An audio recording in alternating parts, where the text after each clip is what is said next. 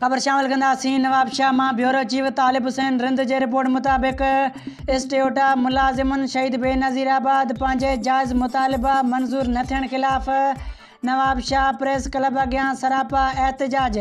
उन मौक़े ते जानी ॾाड़ी शफ़क़त अली भट्टी ऐं ॿियनि चयो त असां 11 सालनि खां ड्यूटी ॾेई रहिया आहियूं, पर अफ़सोस अञा ताईं असांजी कंहिं बि मुलाज़िम जो प्रमोशन नाहे थियो, GB फंड नाहे मिलियो ऐं 11 सालनि में कॾहिं टाइम ते पघार नाहे मिली, जंहिं सबबि असांजा बच्चा बुख ऐं बदहाली जो शिकार आहिनि।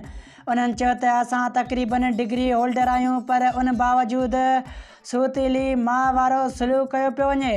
उन्हनि चयो त असांखे टाइम ते पघार ॾिनी वञे ऐं असांजी पघार ट्रेज़री में कई वञे।